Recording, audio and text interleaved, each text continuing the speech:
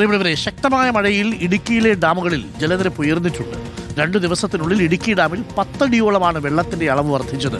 അത് അല്പം ആശ്വാസവും സന്തോഷവും നൽകുന്ന കാര്യമാണ്.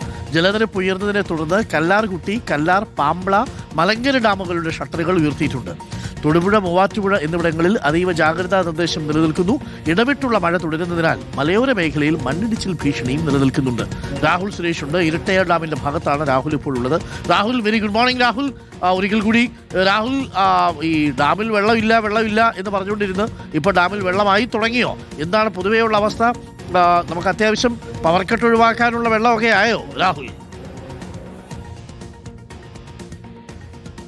Doctor, very good morning. സംസ്ഥാനത്ത് ആവശ്യമുള്ള കറണ്ടിന്റെ 40% ഈ വെള്ളത്തിൽ നിന്നാണ് ഉൽപ്പാദിപ്പിക്കുന്നത്. ആ 40% തന്നെ ഏറ്റവും കൂടുതൽ വൈദ്യുതി ഉൽപ്പാദിപ്പിക്കുന്ന ഡാം എന്ന് പറയുന്നത് അത് ഇടുക്കിയാണ്. ഇടുക്കി ഡാമിൽ വെള്ളം കുറഞ്ഞത് സംസ്ഥാനത്ത് വലിയ ആശങ്കയായി മാറുകയും ചെയ്തിരുന്നു. ഇടുക്കി ഡാമിൽ ഇപ്പോൾ 2339 അടി വെള്ളമാണ് ഉള്ളത്. കഴിഞ്ഞ ദിവസത്തെ ഇന്നലെയും മിനിങ്ങാന്നുമായി പെയ്ത മഴയിൽ മാത്രം 10 അടിയോളം വെള്ളം ഉയർന്നിട്ടുണ്ട് എന്നതാണ് ഏറ്റവും ആശ്വാസകരമായിട്ടുള്ള കാര്യം. 37.16% നിലവിലെ ഇടുക്കി ഡാമിലെ ജലനിരപ്പ് എന്ന് പറയുന്നത്. ഇപ്പോൾ നമ്മൾ ദൃശ്യങ്ങളിൽ കാണുന്നത് ഇരട്ടയാർ ഡാമിന്റെ ദൃശ്യങ്ങൾ കൂടിയാണ്. നിലവിൽ ഇരട്ടയാർ ഡാമിൽ റെഡ് അലേർട്ടാണ് പ്രഖ്യാപിച്ചിട്ടുള്ളത്.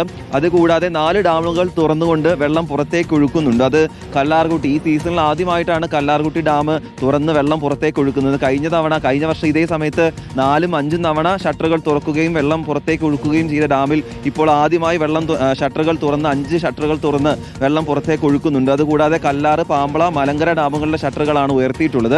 മലങ്കര ഡാമിന്റെ 4 ഷട്ടറുകൾ 50 സെന്റിമീറ്റർ വീതം ഉയർത്തി 200 സെന്റിമീറ്റർ ഉയർത്തിയാണ് വെള്ളം പുറത്തേക്ക് ഒഴുക്കുന്നത്. അതുകൊണ്ട് തൊടുപുഴയാറ്റിലും മൂവാറ്റുപുഴയാറ്റിലും അതീവ ജാഗ്രത നൽകിയിട്ടുണ്ട്. ആ പ്രദേശങ്ങളിൽ ജലനിരപ്പ് കാര്യമായി തന്നെ ഉയരുകയും തീരദേശത്തുള്ള ആളുകൾക്ക് ജാഗ്രതാ നിർദ്ദേശം നൽകുകയും ചെയ്തിട്ടുണ്ട്.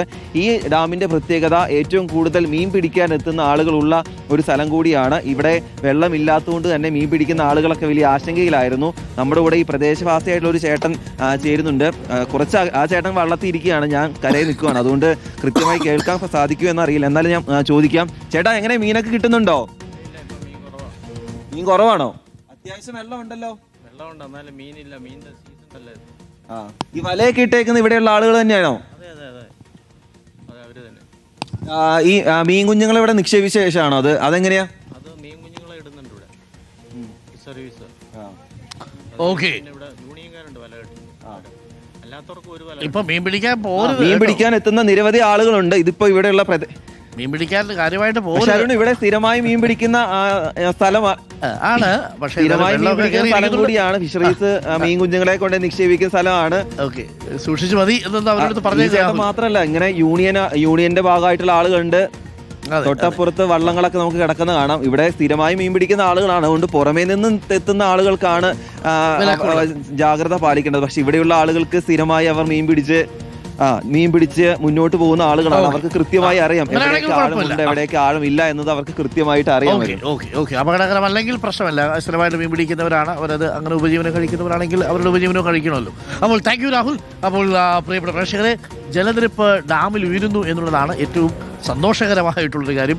ഈ സമയത്ത് 37% ആയിട്ടുള്ളൂ. ഇനിയും വേണം 10-12% കൂടിയൊക്കെ ആയാലേ നമുക്കൊരു ആശ്വാസം ആവത്തുള്ളൂ. ഇല്ലെങ്കിൽ വൈദ്യുതി വകുപ്പ് മന്ത്രി പറയും മഴ പെയ്തില്ല, അതുകൊണ്ട് പവർ കട്ട് എന്ന് പറയും.